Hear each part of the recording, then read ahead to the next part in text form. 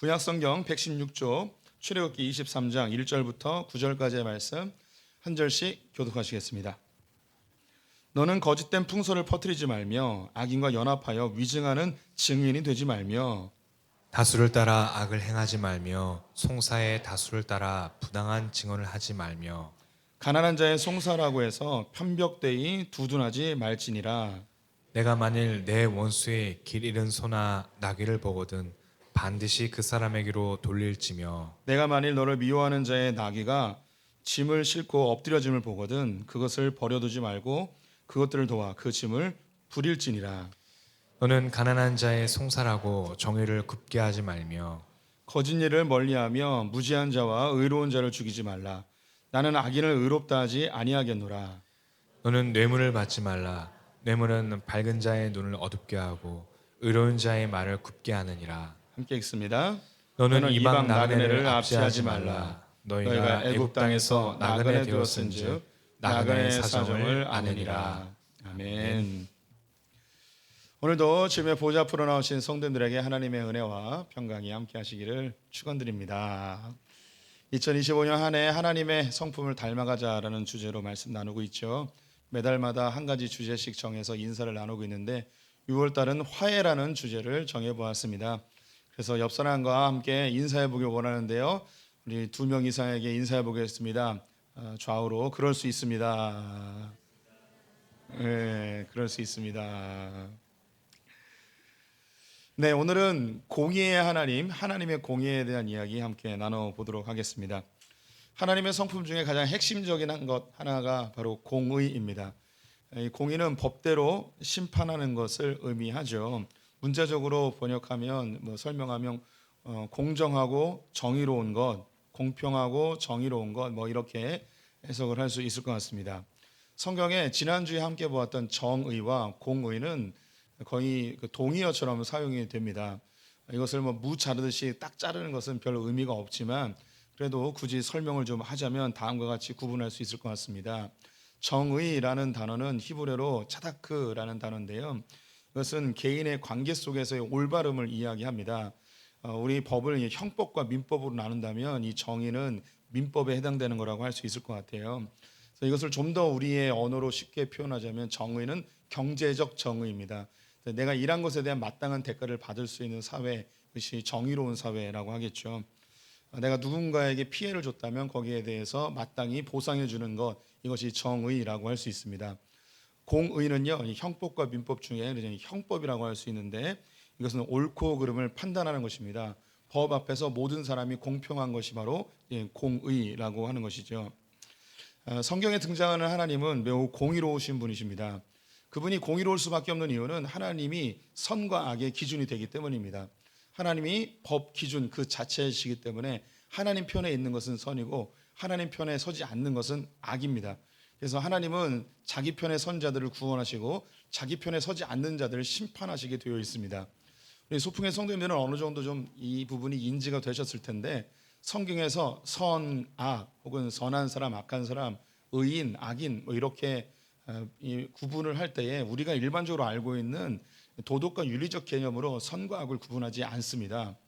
우리 지난 정의를 이야기할 때도 정의가 옳고 그름이 시대나 환경이나 국가나 개인에 따라서 완전히 다 그 기준이 달라지지 않습니까? 그래서 성도들이 개인적으로 가지고 있는 선과 악의 기준으로 사람이 선하다 악하다 구분하는 것은 의미도 없고 기준이 될 수도 없고 이것은 옳지도 않습니다. 하나님 앞에서 선한 것은 하나님이 기준이기 때문에 하나님 편에 서는 것을 선하다 하고 하나님 편에 서지 않는 것을 악하다 이야기합니다.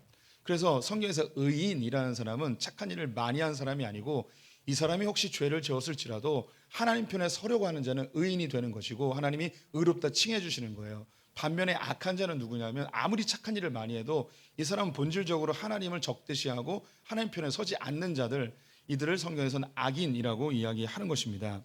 하나님이 공의로우심이 성경에 많이 등장하는데 그중에 대표적인 구절 하나 읽어보죠. 시편 67편 4절 말씀 함께 읽어보겠습니다. 온 백성은 기쁘고 즐겁게 노래할지니 주는 민족들을 공평히 심판하시며 땅 위의 나라들을 다스릴 것임이니라. 하나님은 공평하시고 공평하게 심판하시는 공의로운 분이십니다. 하나님이 공의로우시기 때문에 하나님의 형상대로 지음을 받은 우리 인간들은요, 공의를 좋아합니다. 공평한 것을 사랑합니다. 그래서 모든 사람들이 다 공평한 세상이 되기를 바라고요, 불공정한 것을 못 견뎌합니다. 역사가들 중에 인류의 역사는 혁명의 역사라고 일컫는 사람들이 있습니다.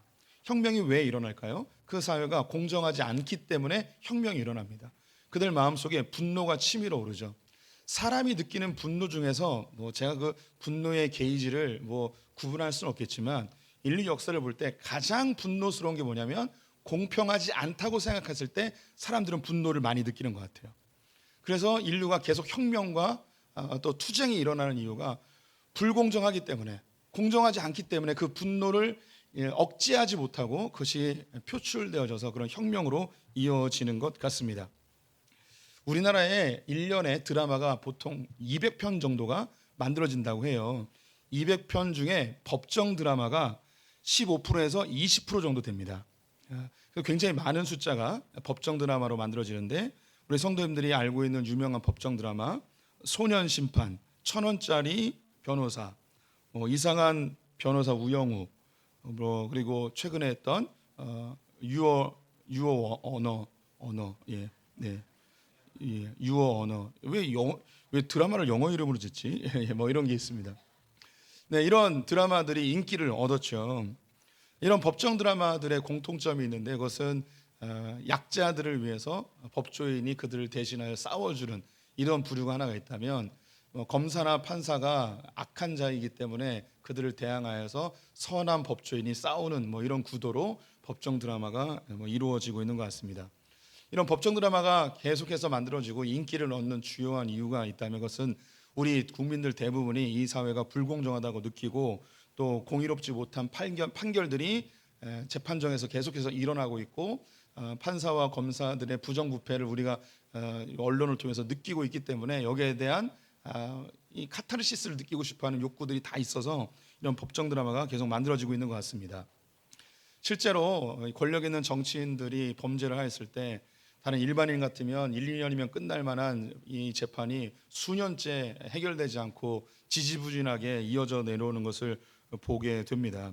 또한 국회의원들은 불체포 특권이라는 것을 가져서 범죄를 하여도 구속되지 않는 그런 일을 보게 되죠. 그래서 예전에 이제 그 민주화 운동 때에 군사 정권에 의해서 체포되는, 구금되는 이런 일들을 막기 위해 만들어진 법이지만, 지금은 개인의 범죄를 숨기기 위한, 또 그것을 방어하기 위한 악용되는 사례가 너무 많다 보니 국민의 3분의 2가 국회의원 불체포 특권을 없애길 원하고 있습니다. 유전무죄, 무전유죄는 이미 옛날 이야기가 되었고요. 정관예우를 하게 되면 무슨 죄를 짓더라도 다 불구속으로 풀려나는 일들이 수없이 많이 있습니다. 심지어 우리나라에서 가장 큰 로펌 회사인 김앤장이라고 있는데, 이 김앤장에 의하여서 우리나라가 운영되고 있다는 그런 과장된 이야기를 하며 우리나라 대한민국을 김앤장 공화국이라고도 이야기하고 있습니다. 이와 같이 이 법에 대한, 그리고 재판에 대해서 사람들은 많이 불신하고 있는데, 그 퍼센테이지가 무려 어떤 조사에서는 81.2%가 우리나라 재판을 신뢰하지 못한다라고 조사가 되기도 하였습니다. 이 퍼센테이지는 20대 젊은 층에서 더 많이 조사가 되고 있네요. 이렇게 재판이나 혹은 법원에 대한, 그리고 법조인에 대한 불신이 계속 높아지다 보니까 개인의 삶에서도 이것이 악영향이 나타나게 됩니다. 법에 대한 신뢰가 일단 떨어지고요. 법에 대한 신뢰가 떨어지니까 법을 지키려 하지 않죠. 준법 정신이 낮아집니다. 도덕 기준도 악화되는 것이죠. 그래서 성도님들 중에 일반 사회는 더하죠. 착하게 살면 손해본다. 정직하게 살면 손해본다. 정직하게 사는 사람을 바보 취급하는 세상이 되어가고 있습니다. 촉법 소년이라고 들어보셨죠? 미성년자가 범죄하면 심판받지 않는 것을 악용하여 이 미성년자 범죄가 점점점 늘어나고 있는 것, 그리고 경찰서에 가서 그들은 처벌받지 않으니까 너무나 당당하게 경찰들을 유린하는 모습도 보게 되죠. 어떤 연예인이 음주운전하고 사고를 냈는데 도망가 버렸습니다. 그리고 이틀 뒤에 나타났는데 그 알코올이 다 사라진 뒤라 그는 음주운전이 아니게 돼 버렸죠. 이것이 전 국민에게 알려진 다음부터 음주운전으로 사고 내면 그 운전자는 어디론가 다 도망가 버립니다.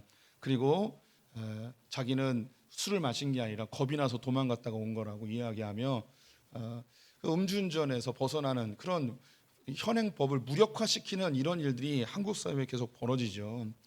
제가 몇 가지만 이야기했는데 우리 성도님들 너무나 참담하고 답답한 현실 아닙니까? 예, 이런 대한민국에서 계속 살으셔야 되겠습니까? 예, 다 어디론가 가셔야 되는 거 아니겠습니까? 예, 단대 가지 말고 예, 천국 갑시다. 네. 그래도 다행인 건 뭐냐면 이 한반도에 있었던 나라들 중에서 5천 년 역사 속에서 가장 그래도 안전하고 법이 잘 지켜지는 그 때는 언제냐면 바로 지금입니다.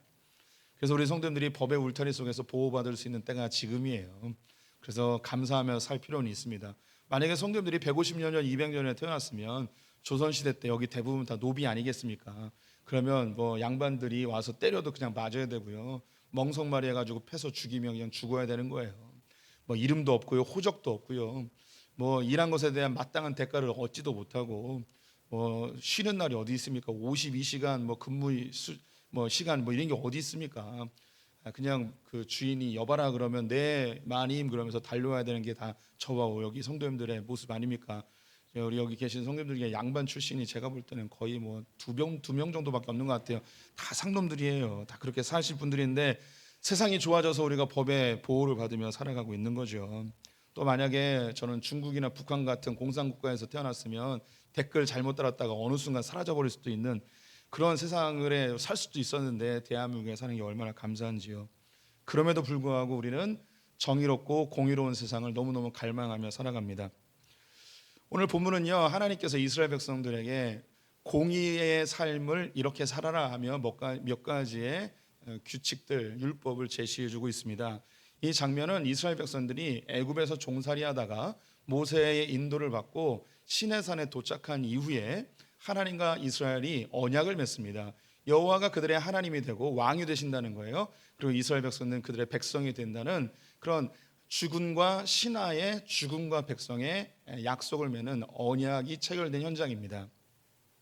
이제 왕과 백성이 당신이 우리의 왕이십니다. 너희는 나의 백성이다라고 언약 계약이 체결되었는데 그 다음에 그러면 너희들 내 나라 백성이 되었으니까 내 나라에서는 이런 법을 지켜야 돼라고 법을 알려주십니다. 그것이 구약의 율법입니다.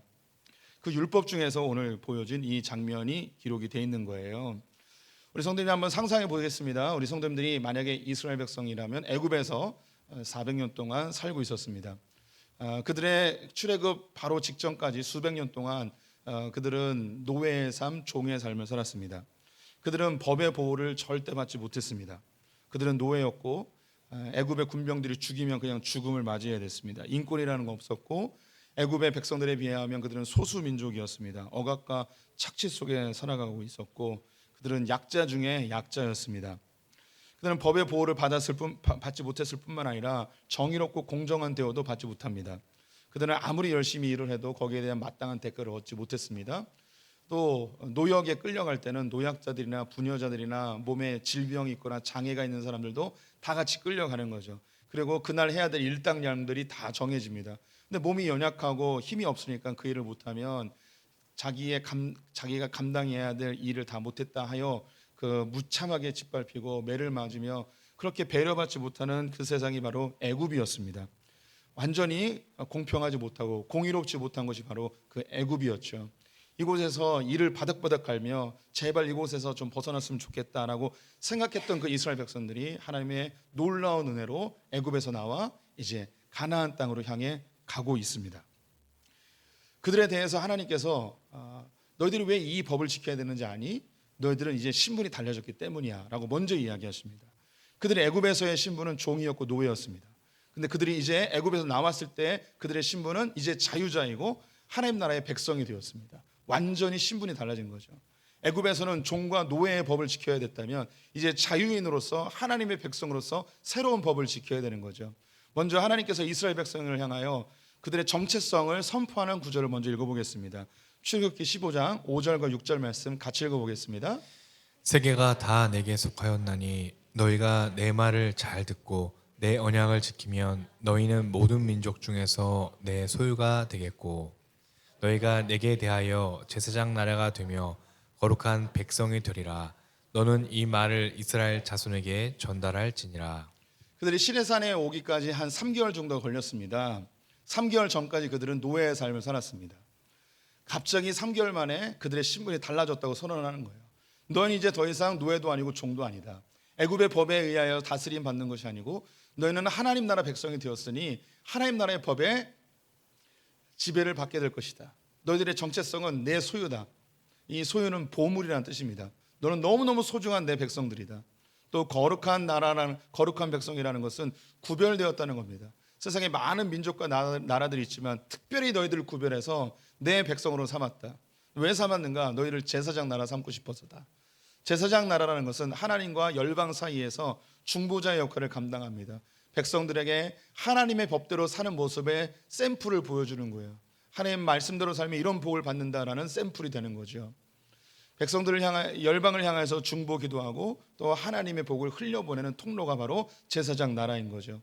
그들은 완전히 다른 삶을 살아야 됩니다. 애굽에서의 종과 노예의 삶이 아니라 자유인으로서 하나님의 소유된 백성으로 새로운 삶을 살아야 되는데, 그 새로운 삶의 과정 중에 한 가지를 뭘 이야기하시냐면 바로 공의를 이야기하시는 거예요.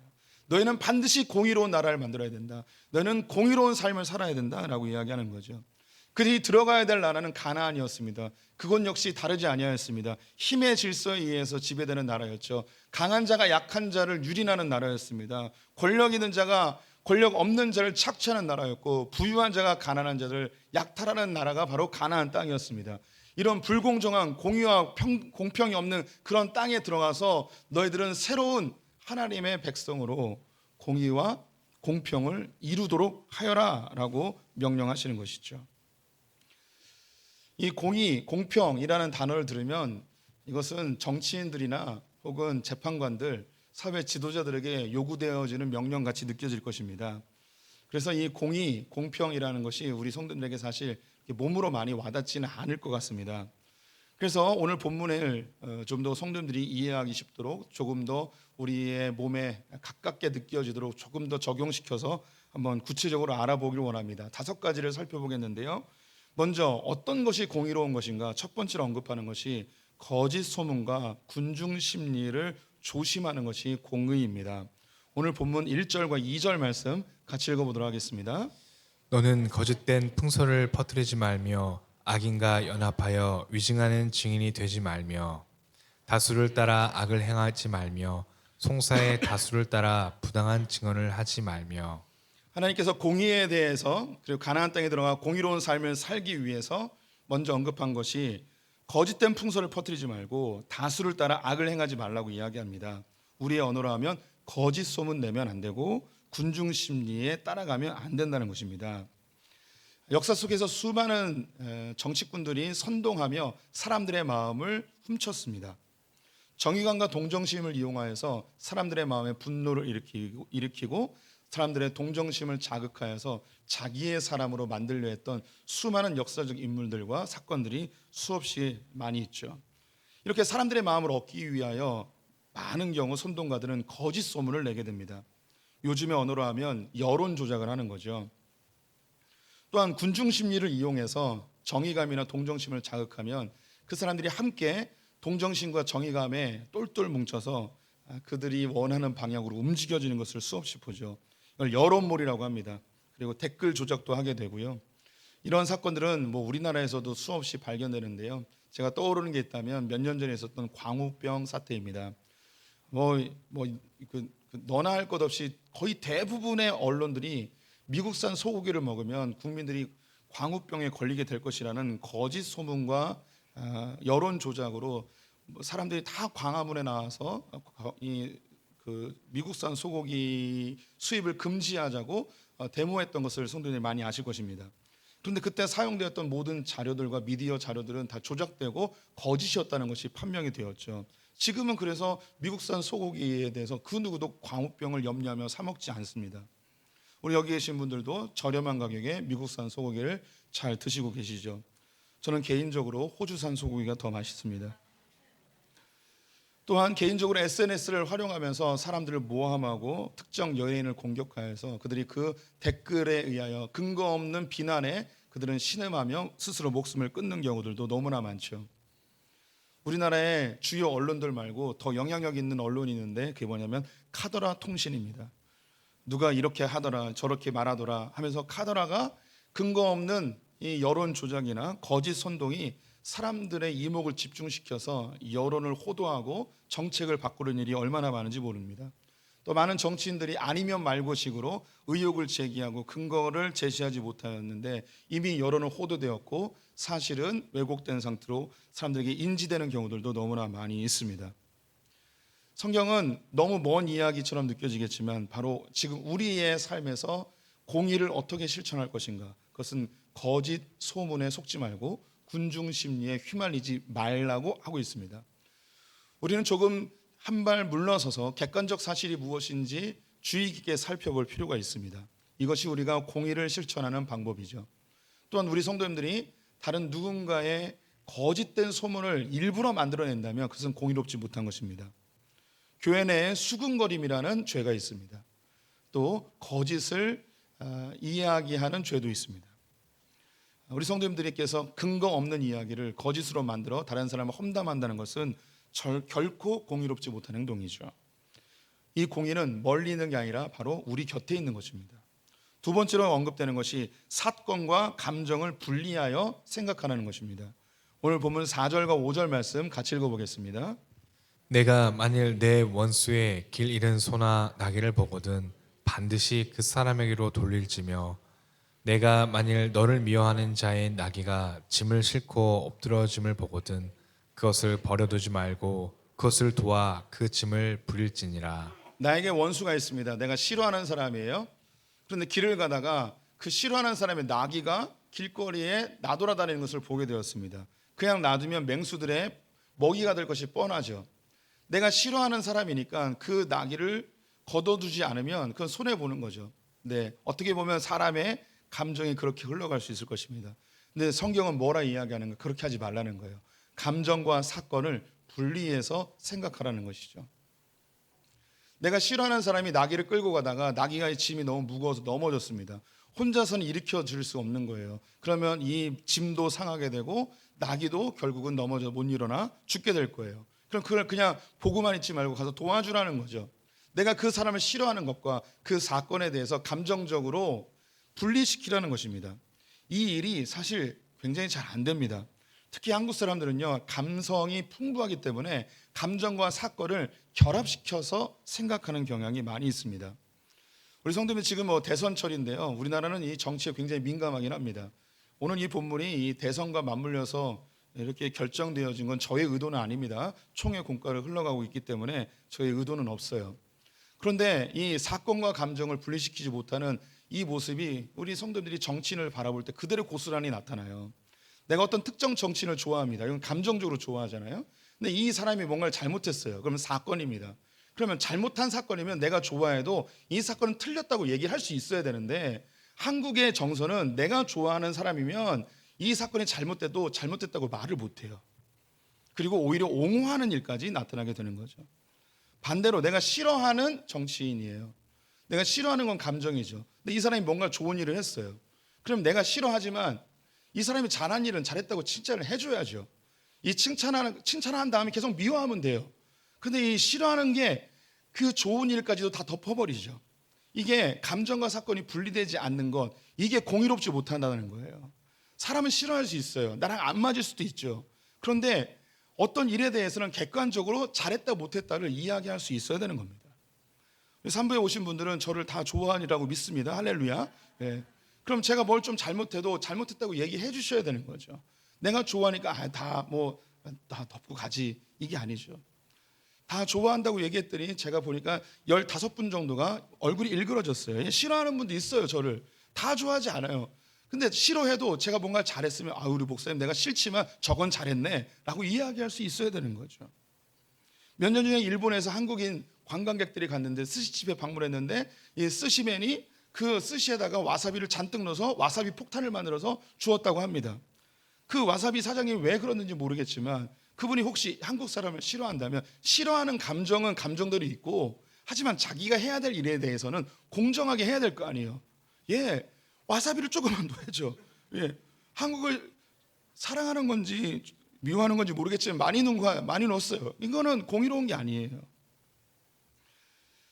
1864년에 제네바 협약이라는 것이 만들어졌습니다. 제네바 협약 중에 두 가지 우리 성도님들이 알만한 것이 있는데, 전쟁터에서 적군이지만 부상을 입었으면 제네바 협약에 의해서 그들을 고쳐줘야 되는 거예요. 치료해줘야 되는 거예요. 싫어하는 거 맞아요. 내 형제자매를 죽였던 원수이지만 그가 다쳤다면 도와줘야 되는 거예요. 그게 공의로운 거예요. 전쟁을 하다가 포로가 되었어요.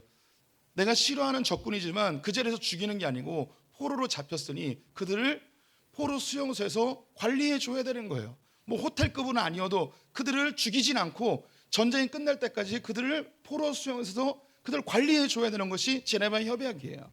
이게 공의로운 거예요. 우리의 삶에서 이 공의는 매우 가까이에 있습니다. 세 번째는요, 가난한 자에 대해서 공정한 재판을 하도록 요구하고 있습니다. 3절과 6절 말씀 같이 읽어보겠습니다. 가난한 자의 송사라고 해서 편벽되어 두둔하지 말지니라. 너는 가난한 자의 송사라고 정의를 굽게 하지 말며. 가난한 자에 대하여서 동정심을 발휘하거나 정의감을 동원하여서 심판하지 말도록 하고 있습니다. 고대 사회 이스라엘에서는요, 성문 앞에 장로들이 앉는 의자가 있어요. 여기에 장로들이 앉아 있고 삶에 문제가 있으면 그 장로들에게 와서 재판을 요구합니다. 이때에 가난한 자에 대해서 동정심으로 재판하는 사람이 있을 수 있습니다. 이 사람은 불쌍하니까 좀 봐줘야지라고 하는 사람이 있을 수 있고, 또 악한 사람들은 이 가난한 사람 나에게 재판에 대한 뇌물도 안 주니까 엄하게 처벌해야지, 이렇게 할 수도 있겠죠. 근데 성경이 이야기하는 게 뭐냐면 그렇게 하지 말라는 거예요. 여기 계신 분들은 대부분 이렇게 마음이 선하셔서 가난한 자를 보면 긍휼히 여기는 마음이 있습니다. 뭘 좀 잘못해도 용서해주고 싶고 좀 흠이 있어도 덮어주고 싶은 마음이 우리에게 있어요. 사람은 참 이 약자의 편에 서고 싶어하는 그런 동정심이 아주 강하게 있는 것 같습니다. 반면에 부자가 좀 잘못하면 이 사람은 부자니까 엄하게 처벌해야 돼라고 이 부자에 대해서는 정의감으로 대하는 사람들이 있죠. 성경은 이 두 가지의 감정을 다 내려놓으라는 거예요. 그래서 저와 이제 신앙생활 하시는 분들은 오랫동안 들었을 거예요. 이 세상에서 사람들을 선동하기 가장 좋은 게 정의감과 동정심입니다. 사탄이 교회를 파괴하고 성도님들을 미혹하는 가장 좋은 방법이 정의감과 동정심이에요. 정의감과 동정심에 사로잡히면 객관적인 사실을 보지 못하고 편향되게 결정하게 되어 있습니다. 저는 연초가 되면 많은 전화를 받습니다. 그 전화들은 대부분 도와달라는 전화예요. 연말 연시에. 그래서 저에게 1년 동안 사용할 수 있는 목회비가 책정이 되어 있거든요. 그런데 이 목회비 중에 거의 12월 달부터 3월 달까지 50%를 그때 다 써요. 왜냐하면 도와달라는 데가 너무 많다 보니까 도와주는 거죠. 그중에 제보들을 어떻게 하는지 장애인 단체에서 참 전화가 많이 옵니다. 근데 그냥 대부분 받아요. 그리고 죄송하다고 끊기라는데 정말 마음이 쓰리고 약간은 화가 나는, 짜증나는 전화가 있어요. 전화하면서 우는 목소리로 전하는 거예요. 저희가요 너무 어려운데요, 좀 도와주시면 안 될까요? 이렇게 하는. 그러면 이게 동정심이 생기는 게 아니라 내 동정심을 끌어내서 돈을 더 끌어가려는 그 마음에 화가 나는 거죠. 사람들은 동정심을 자극하면 마음을 움직일 수 있다고 생각을 하죠. 근데 크리스찬들은요, 동정심이나 정의감에 움직여서는 안 됩니다. 그러면 3부 예배 때 시간이 좀 지나긴 하는데, 우리 가난한 사람을 왜 도와줘야 될까요? 우리는요 동정심으로 도와주려고 해요. 이게 되게 무서운 게 뭐냐면, 동정심이 있으면 도와줘요. 동정심이 없으면 안 도와줘요. 전 국민이 다 동정심이 없어졌다고 해봅시다. 그럼 아무도 안 도와주는 거예요. 반대로 모든 사람이 다 동정심을 갖고 있어요. 그러면 이 가난한 사람은 어떻게 될까요? 이 가난한 사람은요 부자가 돼버립니다. 그래서 사실 이렇게 구걸하는 사람들 중에 꽤 잘 사는 사람들이 많이 있습니다. 성경은 동정심이나 정의감으로 도와주는 게 아니에요. 왜 도와주라고 되어 있냐면 성경 신명기에 보면 정의라고 되어 있어요. 이건 마땅히 해야 되는 일이라는 거예요. 누구를 도와주는 것은 동정심으로 도와주는 게 아니라 하나님의 명령이에요. 하나님이 이렇게 하라 명령하였기 때문에 하는 거예요. 내가 하기 싫어도 하는 거예요. 하고 싶은 마음이 과하여도 절제하며 하는 거예요. 우리는 동정심과 정의감에 움직이는 자들이 아니고 우리는 하나님의 말씀으로 움직이는 자들이 되어야 합니다. 이러한 편향은요 우리의 삶에 많이 일어납니다. 혹시 성도님들 외모 편향이라고 들어보셨습니까? 외모에 의해서 사람을 평가하는 거예요. 1980년 펜실베니아 대학교에서 실험한 것이고요. 똑같은 실험을 1992년 미국 코넬 대학에서 실험을 했습니다. 어떤 실험이냐면 재판관들을 대상으로 예쁜 여자를 재판할 때와 덜 예쁜 여자를 재판할 때 누구에게 형량을 덜 할까요? 예쁜 여자에게 형벌을 덜하게 하는 거예요. 똑같은 죄를 져도 예쁜 여자에게는 형벌을 줄여서 주는 이상한 현상을 발견한 거예요. 이게 외모 편향이에요. 재판관도 사람이다 보니까 예쁜 여자에게 마음이 가는 거예요. 저는 죄 지면 안 돼요. 저는 재판정에 가면 가중처벌 받을 가능성이 높아요. 저를 보는 순간 재판관이 갑자기 기분이 안 좋아지는 거죠. 뭐 저렇게 부담스럽게 생긴 남자가 있어 하면서 저에게 가중처벌을 줄 가능성이 높습니다. 사회 실험도 합니다. 예쁜 여자가 차가 고장나서 서 있었을 때 손을 들면 남자 운전사들이 얼마나 서는가? 다 씁니다. 네. 덜 예쁜 여자가 똑같이 도와달라고 손을 들었는데 아무도 안 섭니다. 이 외모 편향이죠. 많은 경우 이렇게 편향되게 무엇인가 결정하고 선택하죠. 우리 성도님들이 우리 신앙생활하면서 혹은 일상생활 속에서 분노가 치밀어 오를 때가 있습니다. 그때 우리 성도님들이 주의해서 잘 보셔야 돼요. 그것이 정의감에 의해서 동정심에서 일어나는 분노인지 아니면 하나님의 말씀에 근거한 의로운 분노인지 잘 살펴보셔야 됩니다. 거의 대부분은 정의감과 동정심에서 기인한 분노인 경우가 많습니다. 이럴 때 우리의 입에서 우리의 머릿속에 어떤 말이 떠오르냐면 어떻게 그럴 수 있어? 라는 말이 떠오릅니다. 어떻게 그럴 수 있다는 것은 내가 생각한 기준이 있는데 이 기준에서 벗어났다는 거예요. 이 기준은 내가 만든 거죠. 그래서 이것은 정의감이에요. 이때 우리 성도들은 멈춰야 돼요. 어떻게 그럴 수 있어? 라는 생각이 들 때 무슨 말을 외쳐야 되냐면 그럴 수 있어 라고 외쳐야 되는 거예요. 우리는 하나님의 기준으로 사는 사람이지 내 감정에 의하여 내 선과악의 기준에 의하여 사는 자들이 아닙니다. 가난한 자라고 해서 그들을 봐줘서는 안 됩니다. 부자라고 해서 가중처벌해서도 안 됩니다. 반대로 뇌물을 받았다고 해서 봐주거나 혹은 뇌물을 주지 않는다고 해서 가중처벌하거나 이 모든 것들이 공의롭지 않다는 것이죠. 네 번째는 뇌물을 받지 말라는 것입니다. 8절 말씀 같이 읽어보겠습니다.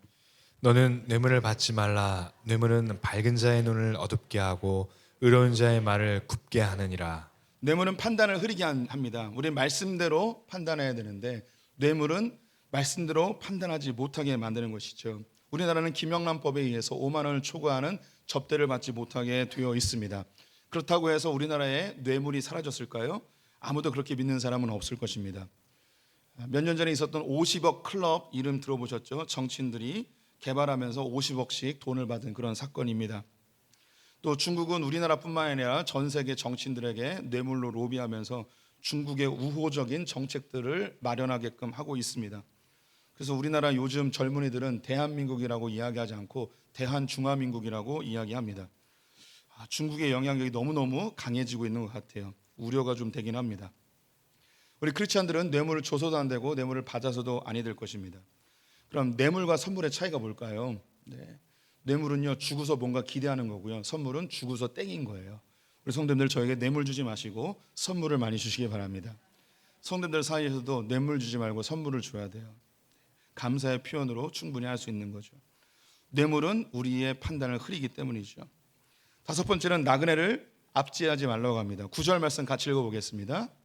너는 이방 나그네를 압제하지 말라. 너희가 애굽 땅에서 나그네 되었은즉 나그네의 사정을 아느니라. 이스라엘 백성들은 애굽에서 종살이하던 나그네들이었습니다. 자기의 땅이 아니었던 거죠. 가나안 땅에 들어가면 그들의 땅이 됩니다.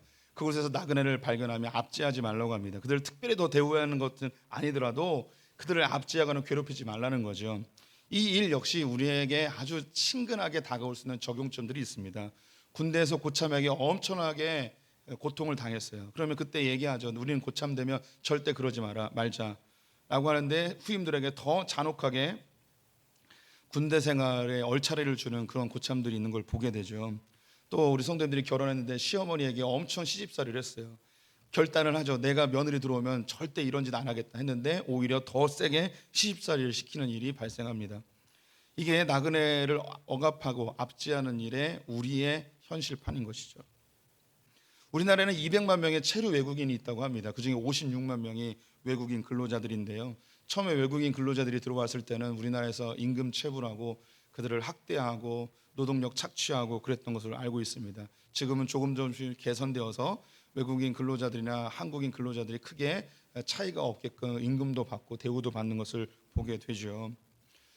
우리 성도님들에게도 교회의 낯선 자에 대해서 우리 성도님들이 그들을 무시하거나 교회에 잘 적응하지 못한 것에 대하여 교회 문화를 이해하지 못하는 것에 대해서 우리가 그들을 비난해서는 절대 안 되는 거죠. 이게 공의의 우리의 실천 사항들입니다. 하나님은 공의로우셔서 우리에게 공의를 원하십니다. 근데 우리는 사실 어떻게 공의를 실천할지 좀 막막할 때가 있습니다. 이 공의는 저 정치인들이나 대통령들, 고위 관료들에게 필요한 것처럼 느껴지죠. 나와는 거리감이 있는 것처럼 느껴집니다. 하지만 하나님께서 이 공의를 어떻게 실천하셨는지를 보면 내가 어떻게 행동해야 되는지도 깨달을 수 있습니다. 하나님은 공의로운 분이세요. 악한 것을 심판하시는 분이죠. 심판의 하나님이에요. 그런데 하나님은 동시에 사랑의 하나님이에요. 우리는 다 죄인입니다. 우리의 죄를 하나님은 심판하셔야 돼요. 공의로우시기 때문에 악한 것을 놔둘 수가 없어요. 그런데 우리를 사랑하신대요. 이 공의의 하나님과 사랑의 하나님이 충돌해 버립니다. 어떻게 하면 좋을까요? 우리는 죄인이기 때문에 하나님 심판하셔야 되고, 그런데 하나님 우리를 또 사랑한대요. 그런데 죄인 된 상태로 구원할 수는 없어요. 그럼 어떻게 하면 좋을 것인가? 이 공의의 하나님과 사랑의 하나님이 서로 이것이 공존하며 해결되어지는 놀라운 현장이 있는데 그것이 어디냐면 바로 십자가입니다. 십자가는 신비의 장소예요. 공의의 하나님, 심판의 하나님께서 우리 인류의 죄를 심판하셔야 되는데 우리에게 심판하지 않으시고 하나님의 독생자 예수 그리스도에게 공의의 하나님이 심판하십니다. 그리고 우리에 대해서는 죄의 문제가 해결됐다 이야기하며 우리를 사랑으로 구원해 주시죠. 이 심판의 하나님과 구원의 하나님이 동시에 성취되어지는 현장, 바로 십자가입니다. 여기에서 우리가 지향해야 될 공의의 모습이 담겨 있습니다. 이 세상의 타 종교의 신들은 공의를 이야기하고 심판을 분명히 이야기합니다. 그런데 타인들에 대하여서 심판하고 공의롭게 살려고 지적하고 비판하죠. 그런데 하나님께서는 그 공의의 심판을 우리를 향해 돌리지 않고 하나님 당신에게 돌리십니다. 그리고 우리에게는 하나님의 사랑과 은혜를 보여주시죠. 이것이 크리스찬들이 공의롭지 않은 이 세상에서 공의를 실천하는 방편이에요. 세상 사람들은 공의와 정의를 사랑해요. 너무너무 갈망해요. 그래서 그들은 어떻게 행동을 취하는가? 너 바꿔야 돼. 너 정치인, 대통령, 국회의원 너희들이 바뀌어야 돼. 재판관, 검사, 변호사 너희들이 바뀌어야 돼 하며 비판하고 정죄하죠. 그렇게 비판하고 정죄하며 정작 본인들은 공의롭게 살지 않습니다. 우리 크리스찬들은요, 그 지적하던 그 손을 나에게로 향하여서 내가 공의롭게 살며 그들에 대해서는 은혜로 대하는 것. 하나님이 공의를 자신에게 대하고 사랑은 우리에게 베푸셨듯이 우리 크리스찬들은 이 공의를 다른 사람이 지켜야 된다고 지적하는 것이 아니고 내가 지켜야 하고 우리는 그들에 대하여 사랑과 은혜로 대하는 것. 이것이 진정한 공의입니다. 예수님께서 이 이야기를 누가복음 6장에서 이렇게 이야기하십니다. 함께 읽어보겠습니다. 너희 아버지의 자비로우심 같이 너희도 자비로운 자가 되라. 비판하지 말라. 그리하면 너희가 비판받지 않을 것이요. 정죄하지 말라. 그리하면 너희가 정죄를 받지 않을 것이요. 용서하라. 그리하면 너희가 용서를 받을 것이요. 이 세상은 공의로우라고 사람들을 비판하고 정죄합니다. 정작 그들은 자신들의 연약함과 부족함을 사랑으로 덮어달라고 요구하죠. 주님은 반대로 하십니다. 본인에게 공의로 대하시고 우리에게 사랑으로 대해주셨습니다. 우리 크리스천들도 이 세상이 아무리 약해도 그들을 지적하거나 비판하는 것 아무 의미 없습니다. 우리는 우리가 주님의 말씀대로 공의롭게 살고 이 세상에 대해서 하나님의 은혜와 사랑으로 대하는 그런 성숙한 그리스도인들 되시기를 축원드립니다. 기도하겠습니다. 하나님, 우리에게 공의로 대하지 아니하시고 사랑으로 대해 주셔서 감사합니다. 하나님 스스로가 공의가 되시고 우리로 은혜를 대해 주시니 감사합니다. 이 세상은 다른 사람에게 공의를 행하라고 이야기하며 자신에 대해서는 은혜를 요구합니다. 우리 크리스천들은 하나님 본받게 해 주시옵소서. 우리는 공의로워지고 세상을 향하여 사랑과 은혜를 베푸는 하나님의 통로들 다 되게 하여 주시옵소서. 지금은 우리 주 예수 그리스도의 은혜와 하나님 아버지의 무한하신 사랑과 성령의 교통하심이 공의로운 하나님의 그 사랑의 하나님의 그 놀라운 신비를 깨달아 실천하기로 결정한 소표의 모든 성도들 가운데 우리의 자녀들과 저 북에 있는 형제자매들 열방의 선교사님들과 이 나라의 이 민족 가운데 영원토록 함께 있을지어다. 아멘.